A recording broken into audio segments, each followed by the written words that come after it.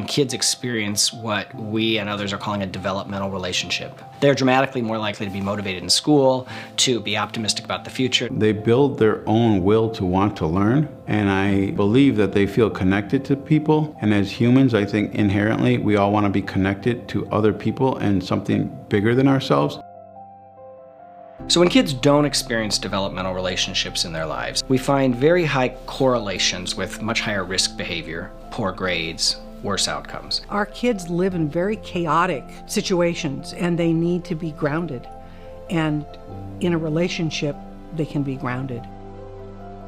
When we talk about the importance of relationships, we see that as really being the essence and soul of the work that we do. Relationships are so important in my teaching and the teaching that we do here at school because they just lay the foundation for anything that we do, especially with kids who struggle.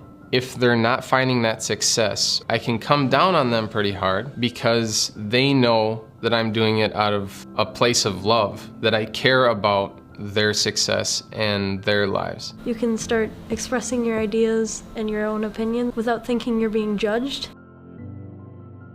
There's sort of this idea that great relational teachers or youth workers are born and not made. You can't build a relationship if you don't know what a good, healthy relationship is. And what we believe we need to do if we really want to improve youth outcomes is actually create defined practices that people can begin to internalize and especially begin to use with all kids.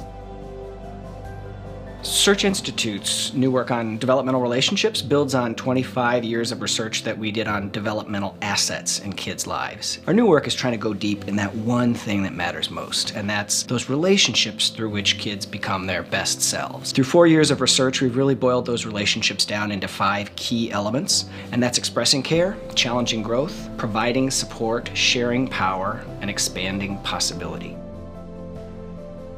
The framework can just apply to anyone who works with young people. It's simple and concise. It's 5 things that we as teachers can do. This is the basis of life, building relationship, being connected to something. And so the longer term vision we have is really to activate that active ingredient of a developmental relationship in a school, in a family, in a youth program. And an active ingredient we mean like yeast in bread. It's that thing you can't do without that brings the rest of it to life.